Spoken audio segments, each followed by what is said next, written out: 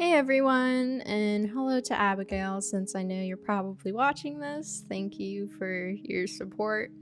Today we're going to be going over the second part of this portrait commission, and this part is all about the faces. So if you haven't seen part one, that's when I went over the whole concept for this commission and what they were looking for, as well as the illustration for the bodies and just the general blocking and design. This part is covering 4 days, day 4, 5, 6, and 7, where I tackled the faces. And I've done illustrations of people before.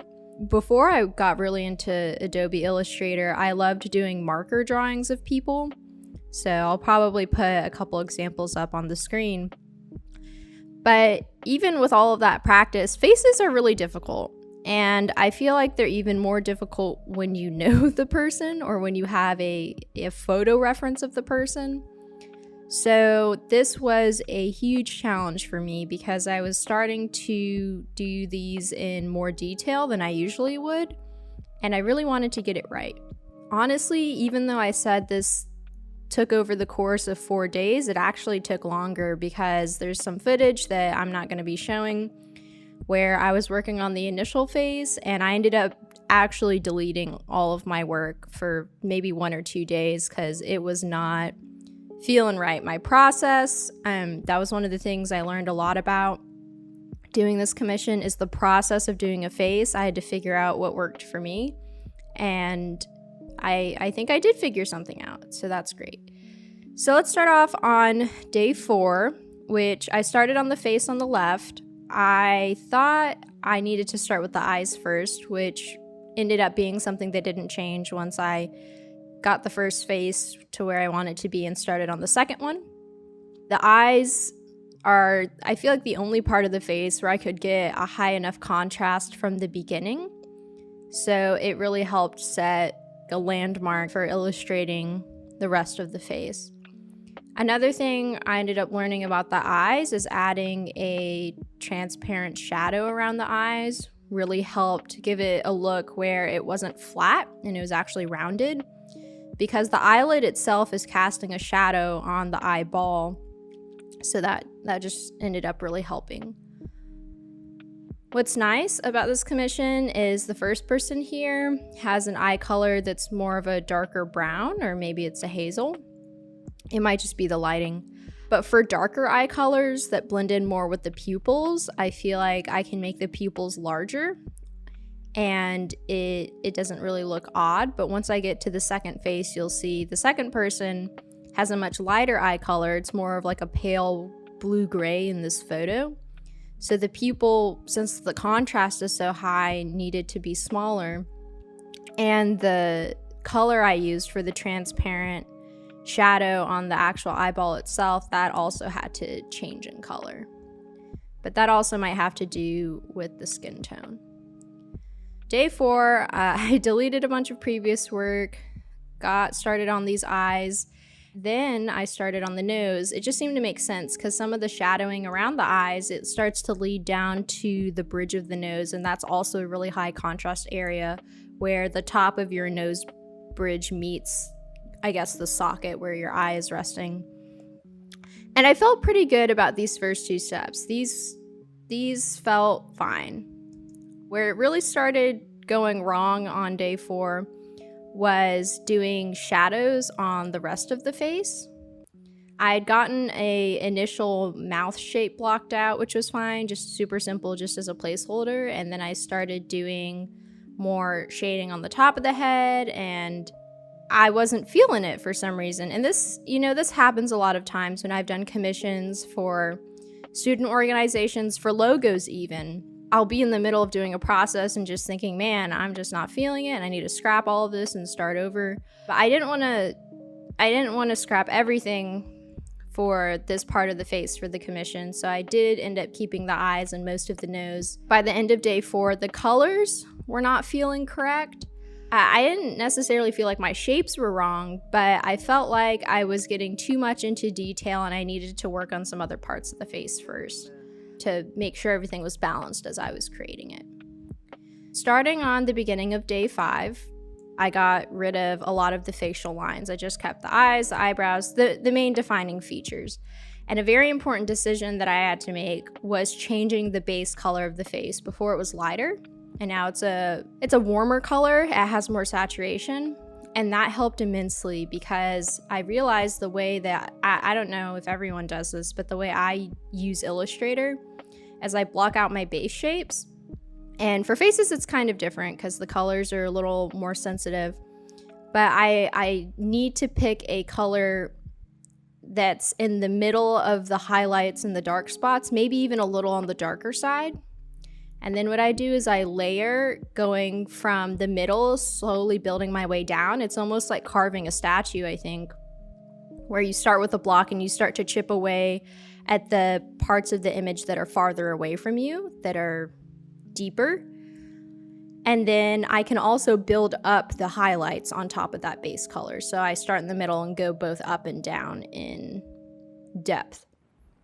And just making that one choice of changing the base skin tone made a world of difference. So that when I started redoing the nose shading, because once you change your base color, all the color choices you made relative to it, if they're really close together, it's going to mess things up. Like I said, the eyes are high contrast, so it didn't matter for the eyes, but I did have to kind of restart on the nose. But it was completely worth it. After I got the nose done again for the second time, I was really liking where it was going. I felt like I was getting a better color palette. I was getting darker colors, higher contrast, and that's something that I struggle with Illustrator, is getting enough high contrast with things. I usually try and go back in with gradients to up the contrast by using opacity.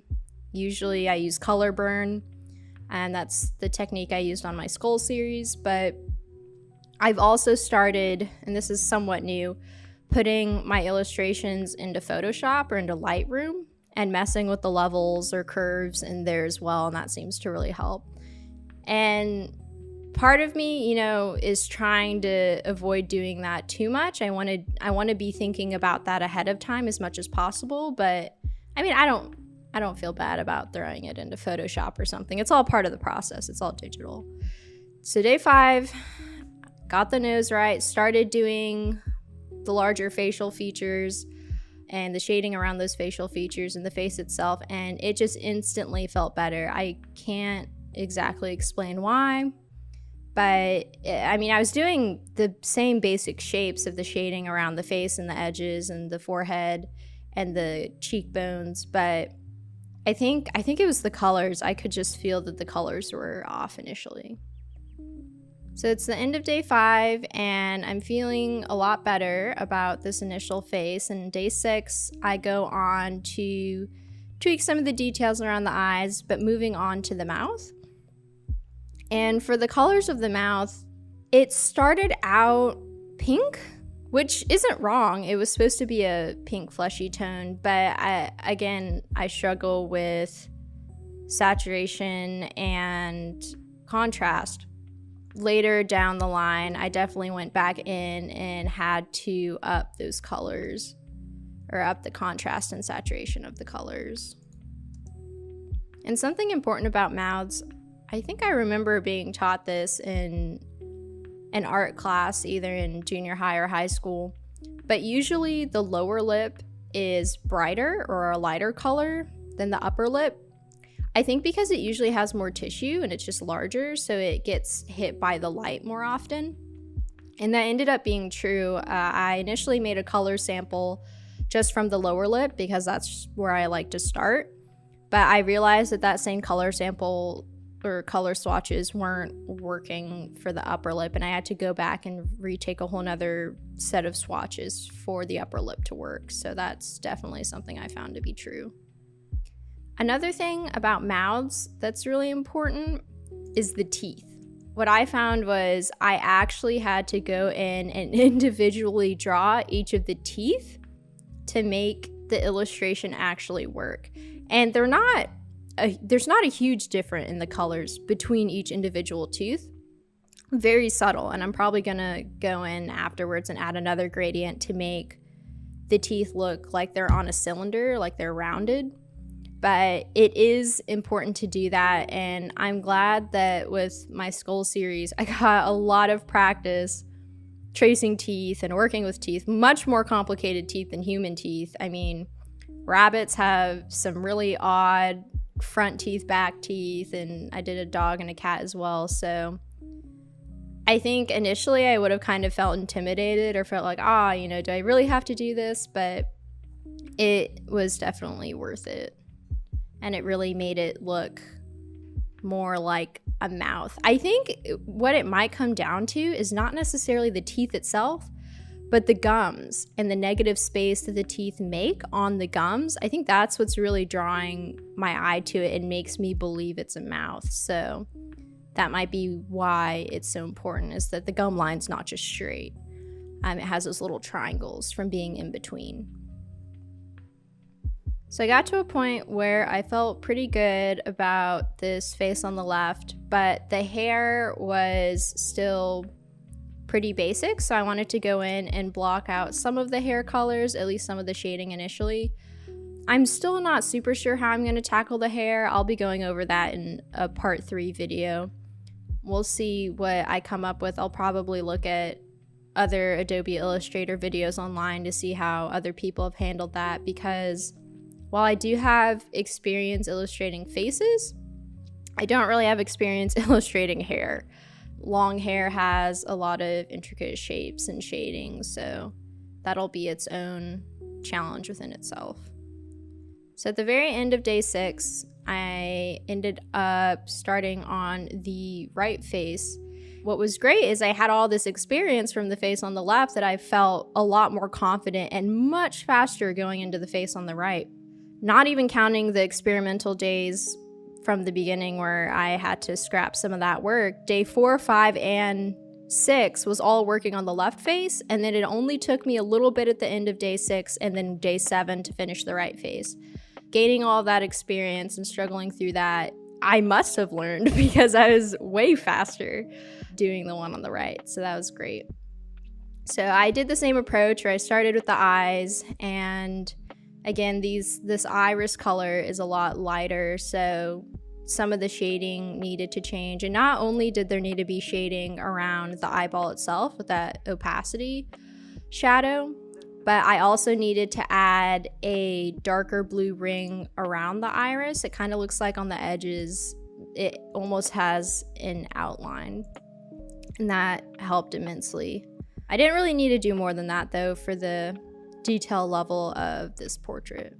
By the time day 7 rolled around, I just really wanted to get this second face done. I was feeling really confident.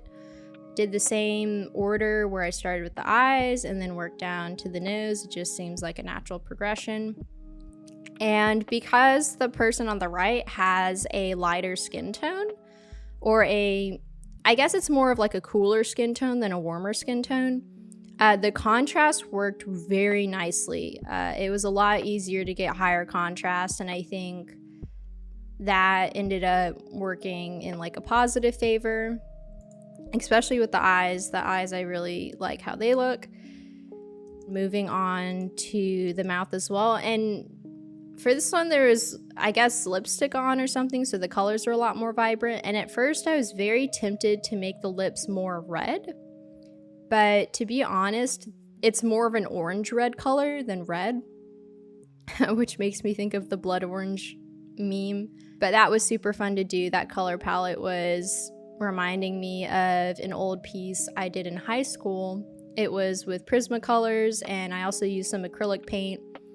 But I had done this concept sketchbook page of a bunch of mouths being open. Like, I don't know if they were screaming or yelling, or I guess it was just a study. And I took that concept from the sketchbook, which is unfortunate. I don't think I have that sketchbook page with me anymore, or that sketchbook. It's somewhere else. I think I do still have a picture of the final piece I ended up using it for. And it just really brought me back to that, because that piece was pretty large. I don't know, maybe I can go find the exact dimensions. I was coloring that mouth and those lips for a very long time, so it kind of brought me back to this just because it was a similar color tone. So now we're at the beginning of day 7. got all the main facial features done, and then just shading was left, the shading of the face. And I think I always start with the initial shading around the nose and the mouth, particularly the smile lines or the smile creases that come up. And then I split the face into halves. I do the right side, and then I kind of do the top of the head and the left side. And that's how I break up my shading for my layers. Just because, I don't know, it seemed to be easier that way than trying to do a whole entire circle and then kind of have a cutout in the middle of it. I think that's called a compound path in Illustrator, and it's a little funky to work with sometimes. So I was trying to avoid that. So after I just applied what I had learned to the face on the right, I wanted to go ahead and add gradients on top, partially to help the colors, but also to help the contrast if possible. For the face on the left specifically, I noticed in the picture there was almost a more yellowy light coming on to the face from the upper left. And then in the shadowy area, it had more of a red or a brown hue, so I wanted to reflect that. And then I found what was useful for me is having two gradients, one for the coloring and maybe highlights in the middle of the face, and then a second gradient that was radial instead of point-based. And the second gradient was just the overall, I guess, spherical shape of the face, making sure there were shadows on the edges and then lighter in the center, because some of that got a little bit lost with the point-based gradient. This is also when I went in and increased the saturation just a little bit on the mouth. And for the face on the right, there wasn't as much lighting to tweak with. I think because it was already such a high contrast, I didn't feel like I needed to mess with it as much. I went and added very faint gradients on the clothing as well, mainly just the clothing on the left, because the one on the right I felt like had, again, better shadows, better contrast. So I wanted to see if I could improve any of that for the left side. And then the final tweak I made on day 7 was the arches that were going to be incorporated into this portrait. A previous little test or concept piece I'd done on my Instagram, it looks like a topographic map, but it was learning to make layered art look like paper art, where in real life they have layers of paper, and because they're separated by little foam blocks or whatever's used, they cast shadows, and it gives a much better illusion of, instead of things all being on the same plane, it gives it some depth. So I wanted to apply that same concept to the arches and the layering. It was a little funky because I'd cut out the arches from behind the heads instead of just putting them in a layer behind the heads, because there's some overlap. So I tried to correct that and cut out the front parts and put the front parts on one layer and the back parts on a different one. Because I used Gaussian blur, it turned out fine. The shadows didn't have to be a very specific shape. They were all going to be blurred out anyways, so it worked. And the back shadow blurs were fine to remain blue, but for the ones on the front that were layering over like the arm and the shawl, I had to change their opacity to be something besides normal, because the blue tint wasn't really making any sense. That's all I have for the second part of this commission. I learned a great deal from it, and now I'll be much faster if I ever need to do another commission for faces. It was an important thing I wanted to learn, though, because I love looking at really artistic portraits. I follow a POC models blog on Tumblr that I get a lot of visual inspiration from, not just the faces and the makeup, but also the fashion. So I'm really excited to use the knowledge I gained from this to do some of my own fun illustrations of other things that require humans to be in them. Thank you for watching.